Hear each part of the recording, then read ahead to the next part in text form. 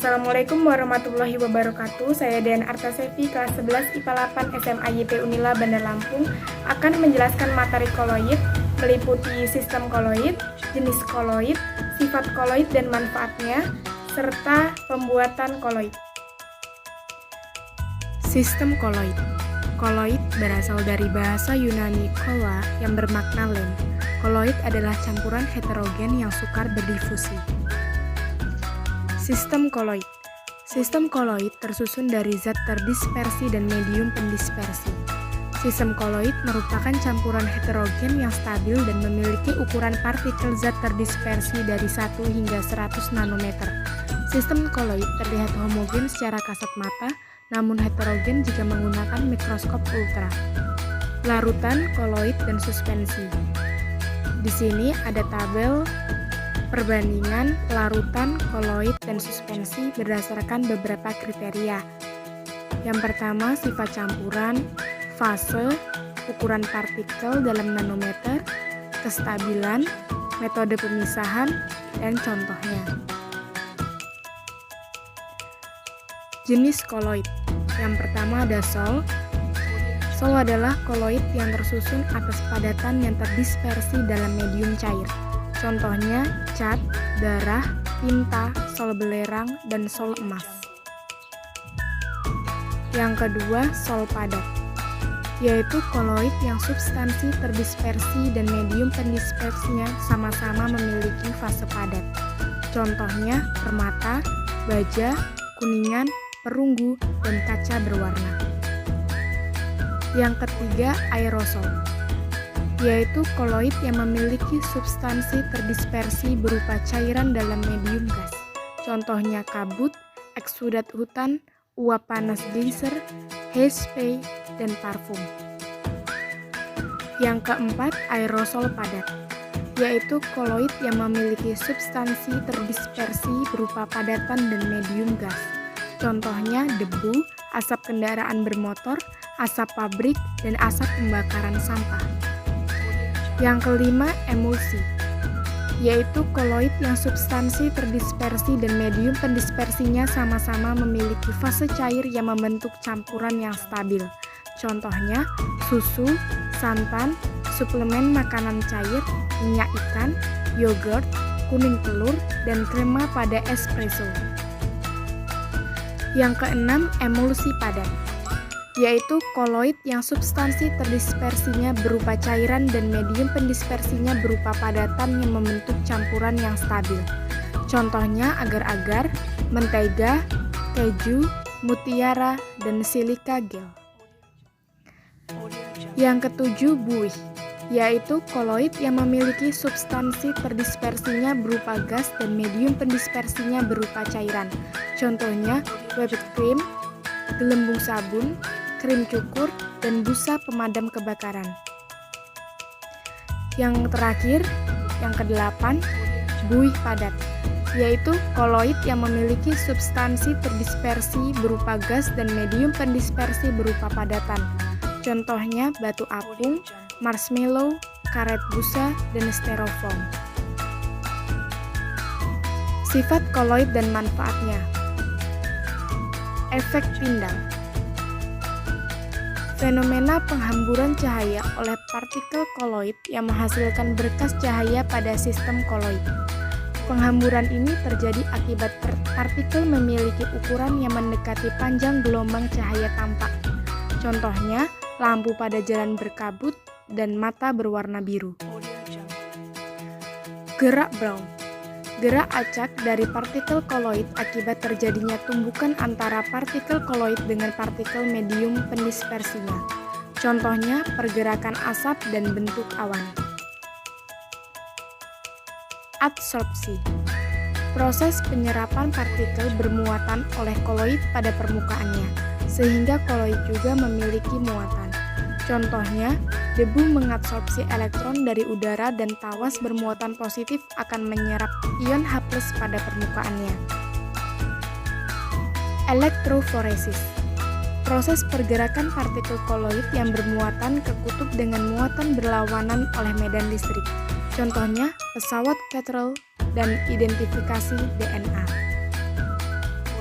Koagulasi. Proses di mana rusaknya sistem koloid yang ditandai dengan proses penggumpalan akibat terbentuknya partikel-partikel yang lebih besar ukurannya daripada ukuran koloid. Contohnya, penggumpalan darah oleh racun ular, penjernihan air dengan penambahan tawas, koagulasi susu akibat pengasaman, koagulasi telur akibat perebusan, dan pembentukan delta muara sungai akibat adanya elektrolit dari garam air laut. Koloid pelindung. Koloid yang ditambahkan pada sistem koloid lain yang berfungsi untuk menjaga kestabilan suatu koloid. Contohnya, gelatin yang digunakan pada pembuatan es krim dan sol emas, pati yang digunakan pada proses pembuatan lateks, dan minyak silikon pada adonan cat. Dialisis.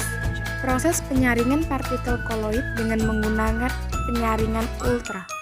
Contohnya, hemodialisis atau proses cuci darah, dan pemurnian papi dari partikel sianida.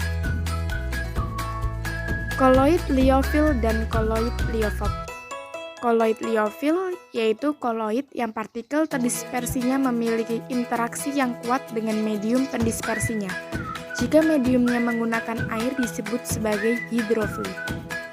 Contoh koloid liofil, sol kanji, gelatin dalam air, dan protein dalam air. Koloid liofob yaitu koloid yang partikel terdispersinya memiliki interaksi yang lemah dengan medium pendispersinya. Jika mediumnya menggunakan air disebut sebagai hidrofob. Contoh koloid liofob yaitu sol belerang, sol emas, sol plastina, dan sol As2S3.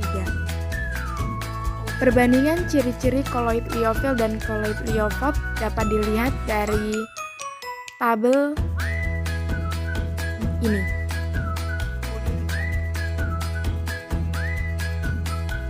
Pembuatan koloid. Yang pertama ada metode dispersi.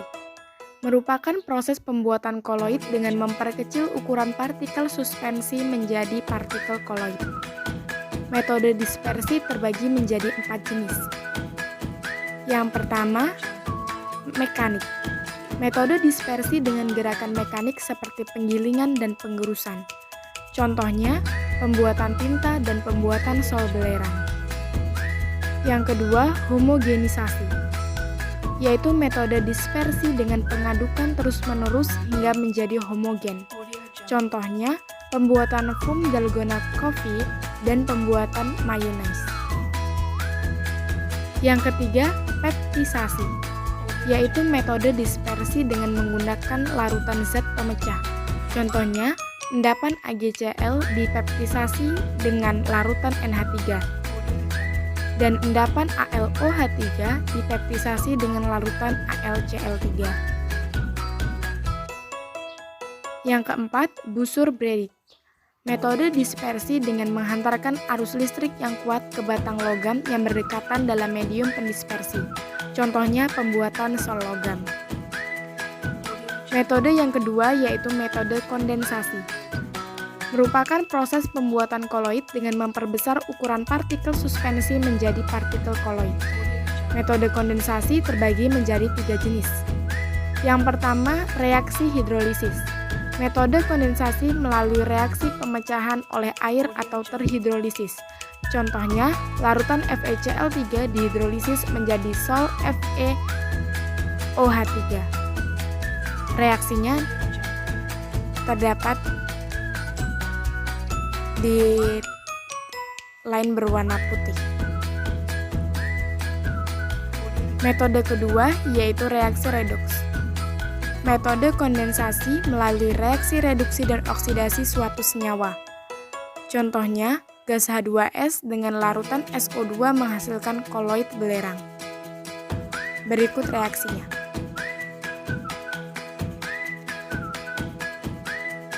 Yang terakhir, reaksi penukaran ion, yaitu metode kondensasi melalui reaksi pergantian ion positif maupun negatif pada reaktannya. Contohnya, gas H2S bereaksi dengan larutan As2O3 menghasilkan koloid As2S3.